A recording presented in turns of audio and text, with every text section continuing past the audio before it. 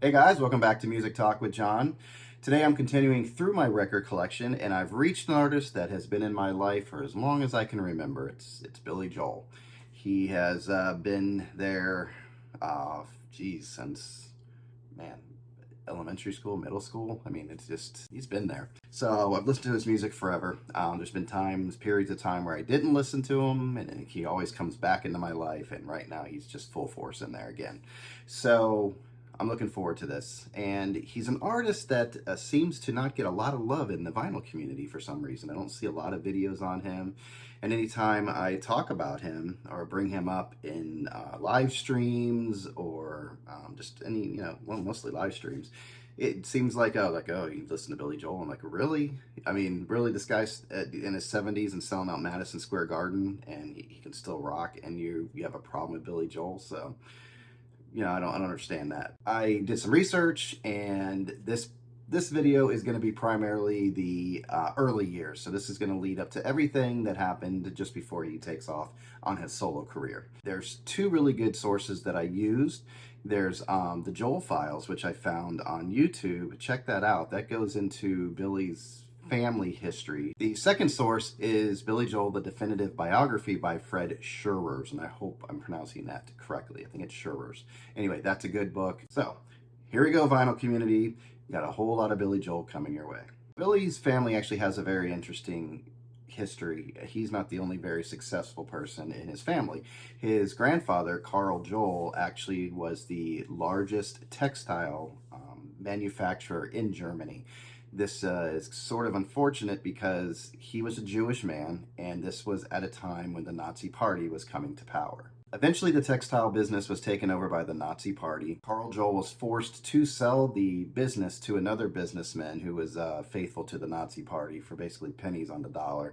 Money he didn't even see because they had to get out of town because the Nazis were basically going to come and take them. They got out just in time.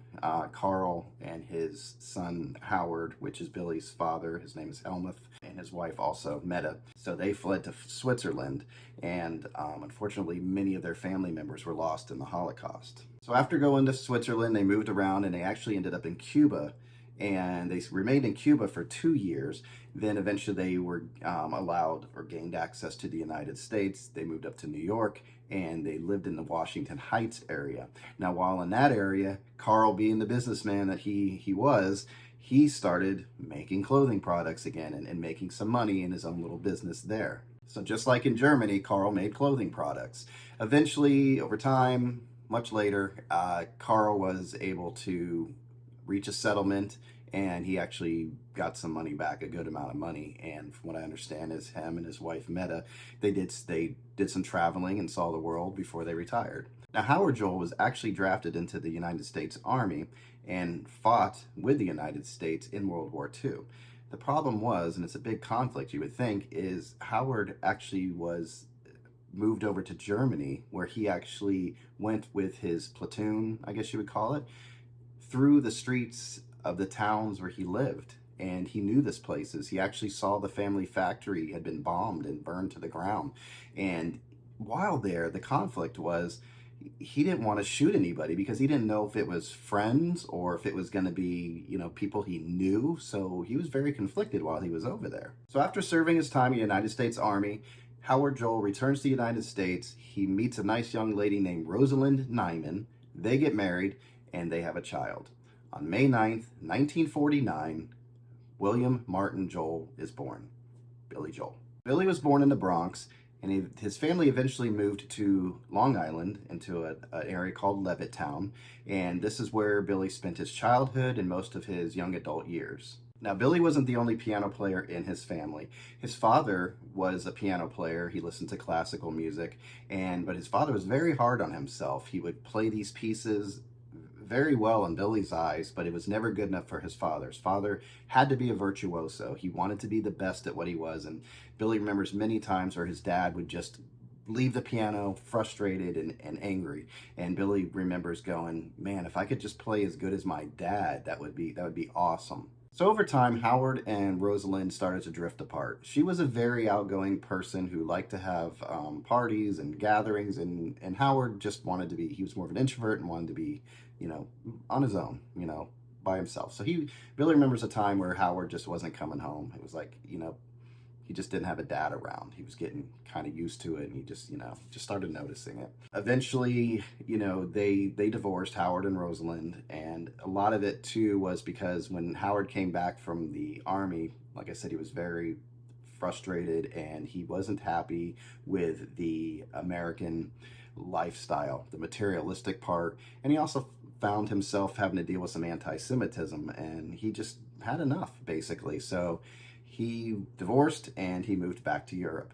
As much as Billy cared for his dad, he sort of saw it as a blessing in disguise that his father left. The fact being that he knew his dad would have never allowed him or encouraged him to be a musician. He would have felt that you don't make money as a musician, find something solid to support your life. Where his mother was on the opposite end. She said, do what you want, if you want to play music, go play music. And Billy saw that as, like I said, this blessing in disguise. Billy took piano lessons for 12 years. He became so good that he started playing by ear. And this gave him courage in a way, confidence, because he was very shy, and this piano allowed him to, be his voice. The piano was the voice for him, so he could be himself through the piano. So he found this, and also the biggest thing, that all musicians like is it attracted girls. He started going, man, these girls are paying attention to me, and he really started enjoying this piano thing. Now, the downside to the piano part was the kids in the neighborhood weren't so nice. They were like, oh, look at you, piano boy, you're playing piano. So Billy's like, you know what, I need to protect myself. So what did he do? He started boxing. He wasn't a bad boxer. He actually won 26 of his 28 bouts. And from what I understand, the last straw for that was he ended up with a broken nose with the boxing. So he's like, okay, that's enough. But in the meantime, through the boxing, it built his self-confidence, and it showed him how to take a hit and to get knocked down and how to get back up. So this was a good way to build his confidence, and he was able to protect himself now. So that's not such a bad deal. So here's where we get into the music part. In 1964, Billy joins his first band, the Lost Souls. Now, Billy was 15 when he joined this band. They settled on the Lost Souls. From what I understand, they went through several name changes, but most of their success, or where they did most of their work, was with the Lost Souls. In 1965, the Lost Souls cut a few demos for Mercury Records, one being My Journey's End,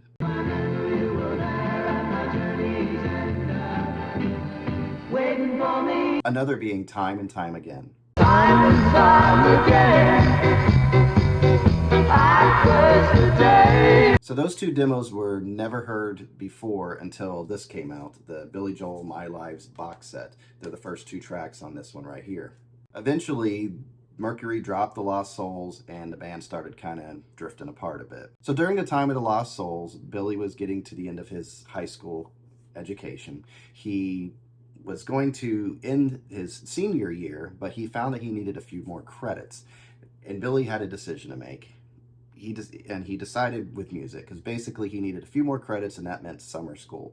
And Billy's like, look, I'm good. I read a lot. I probably have more life experience than these other kids over here, and I'm good. I'm to forget about the credits. I'm going to go ahead and just go on and do my music career. So by 1967, the Lost Souls were now the Echoes, one more name change for them. The Echoes were playing out in, local areas, and another group at the same time named the Hassles were in the same area and playing out and doing all this, and they saw Billy and they wanted Billy. So they started talking to him. He didn't want to leave his guys yet and all that, but they said, hey, you join us and we're going to give you a Hammond B3 organ. Now that's, 1967. A Hammond B3 organ. I mean, that's what Steve Winwood was playing. That's what you heard on all the great rock songs of the 60s, right? So it took a little convincing. That didn't even sell Billy right away, but eventually he left the Echoes, aka the Lost Souls, and moved over to the Hassles. So eventually the Hassles got a record deal, and they put out their first album. Came out on November 21st, 1967. This copy that I have, I got recently actually. I was really excited because I knew I was going to start doing these videos. And it's just weird that I'm like just scrolling through the Billy Joel section at my local record store, and here it is. Now it's beat up, and somebody, I don't know if it's been in It was in a flood or got wet or what happened. I have it in a new inner sleeve. I'll go ahead and show this bad boy. But the record's in really good shape. There was a little bit of what maybe looked like mold or dirt on it. I cleaned it up real nice, and this thing maybe has a pop or two. So very happy to get this. And you can see it's falling apart still. When you open it, yeah, you can see where the damage is here and over there, and the sleeve too. Pull it out so you can see it, but you can tell where it got beat up right there. But it looks like it's the original sleeve, record sleeve. And the guys in the band are here. It doesn't even want to go back in. But here are your band members right there. Put them up there. Can you see them? There's 5 of them. So you had Billy on lead vocals in the Hammond B3. So he's playing that Hammond that they promised him. There it is, and he's rocking out.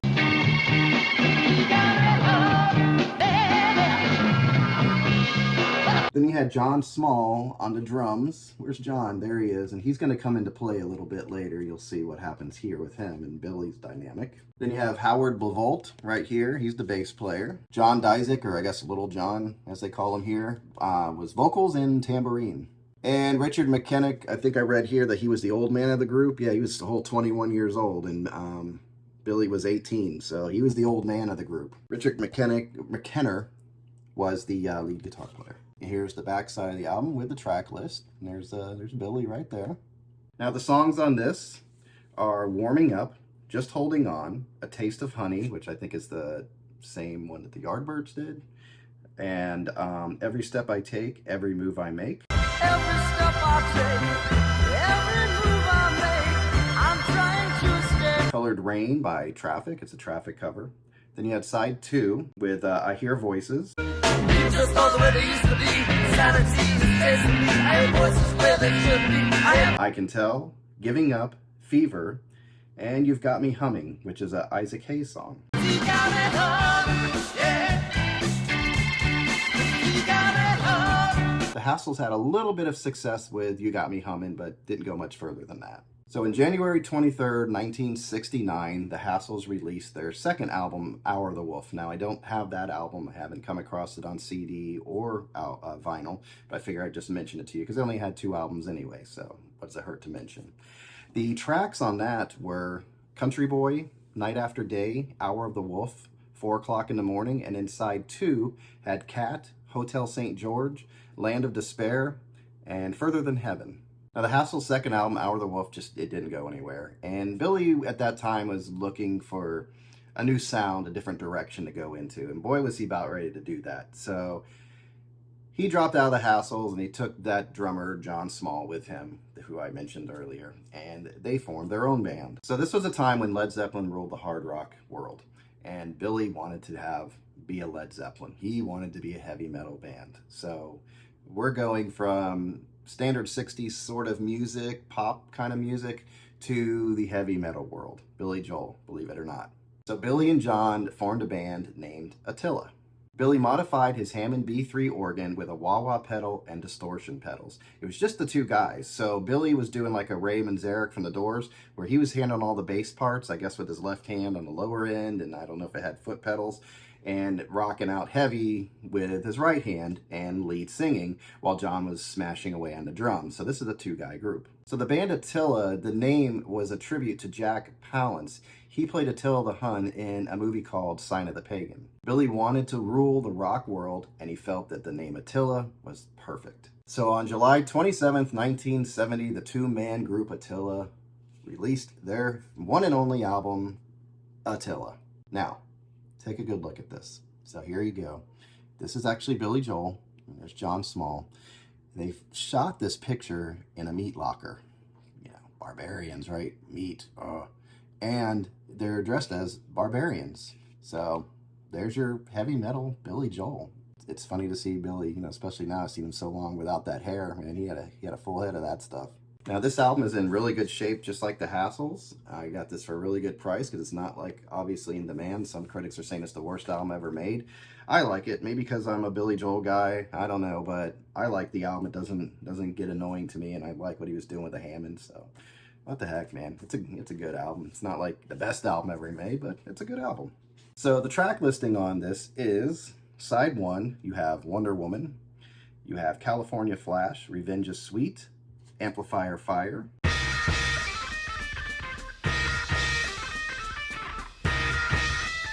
which is made up of 2 parts from what I can see. Part 1, Godzilla, and Part 2, March of the Huns. Side 2 has Rollin' Home, Tear This Castle Down, Holy Moses, and Brain Invasion. So a promo video was shot to support the album, which when I watched it, I'd go, wow, I don't really get the connection, because you've got these 2 guys dressed as barbarians in a meat locker, while the promo video shows Billy laughing his head off while riding a roller coaster, I believe in Coney Island. Now, Billy did his best to sing like Robert Plant, but realized he was not a Robert Plant. So eventually the duo decided that Attila was a complete disaster, but hey, we tried. During this time, turmoil started to brew a little bit. A little Clapton-Harrison situation started happening. John was married to a woman named Elizabeth, and they had a small son. They were kind of growing apart. Billy was living with them, and he started having a relationship with Elizabeth.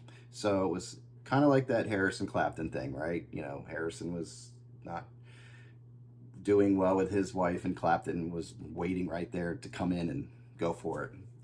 So anyway, that's what was happening with these 3 and the child. So this is a point in his life where a lot of things are going on. He's not feeling great about himself, and we're going to get into that in the next video. So this is where I'm going to end this, because this is basically his family history up to his band, and now I want to kind of focus individually on his solo career. So that's where we're going to go from there. There's some interesting things that Billy survived even to get to that first record. So if you're interested in watching more Billy Joel, then hang on, and there's more videos to come. I appreciate you guys watching. Definitely leave me some comments down there. And until next time, I hope you guys enjoy your music, and you take care out there, all right? Bye.